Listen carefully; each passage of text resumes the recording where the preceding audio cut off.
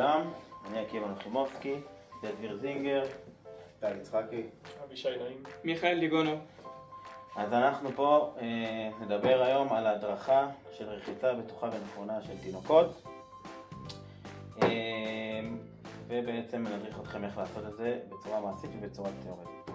אז מבחינה תיאורטית, קודם כל יש לנו כל מיני סכנות ובעיות שיכולות להופיע לנו כשאנחנו רוצים תינוקות.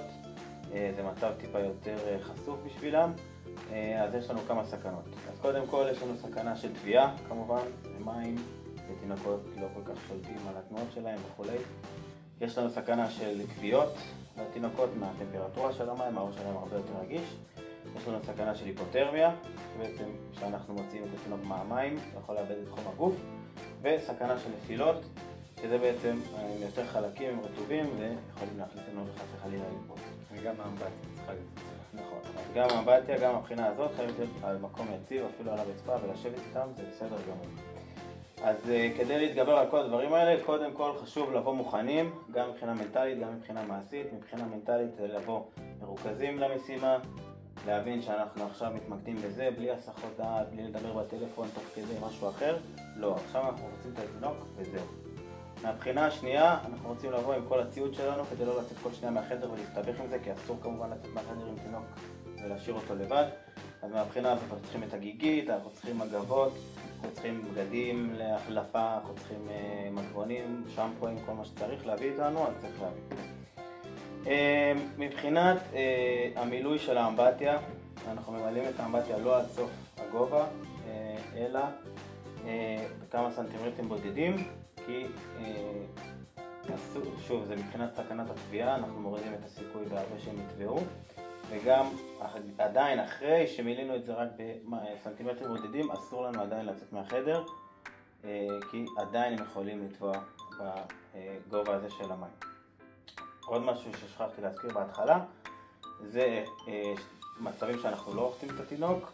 בכלל, זה בשבועיים השלוש הראשונים לאחר הלידה, אנחנו חייבים לחכות שהגדם של חבל הטבור ינשור, ובעצם רק אחר כך אנחנו יכולים לרחוץ, כי לפני זה זה יכול לפתח זיהום לתינוק.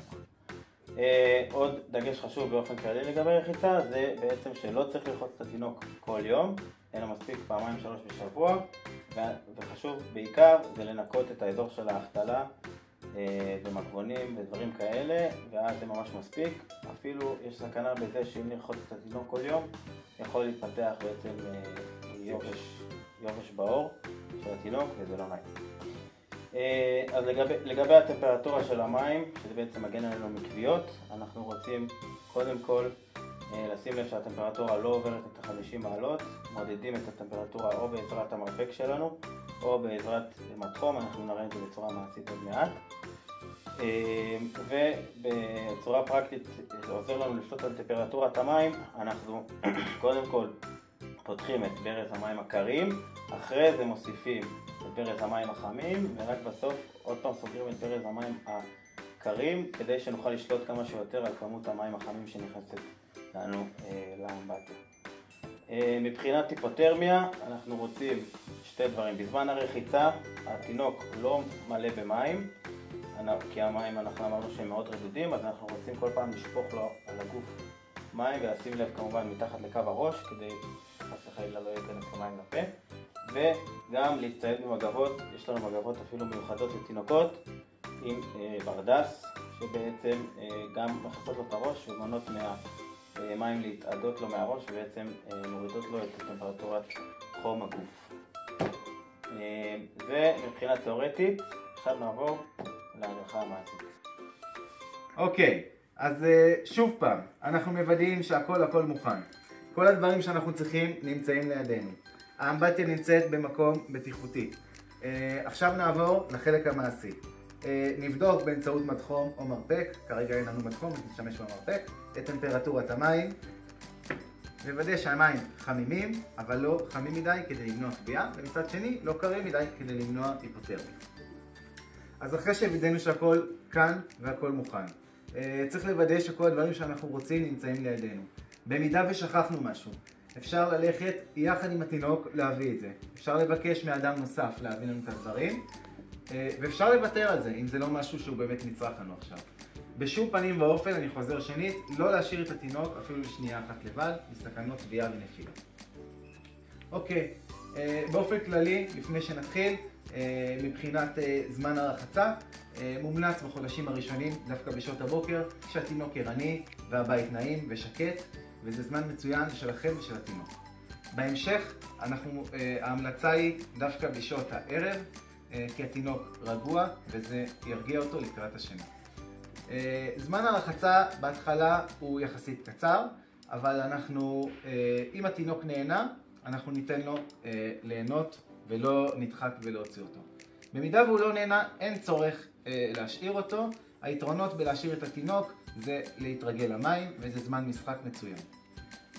אוקיי, עכשיו, לפני שאנחנו מפשיטים, חשוב לזכור לא להתמהמה עם התינוק אחרי שהורדנו את המגבת, כדי למנוע התקוררות. ואחרי שנכניס, בגלל שהמים הם בסנטימטרים בודדים, אז אנחנו נרצה להרטיב אותו במים החמים כדי שלא יתקרב.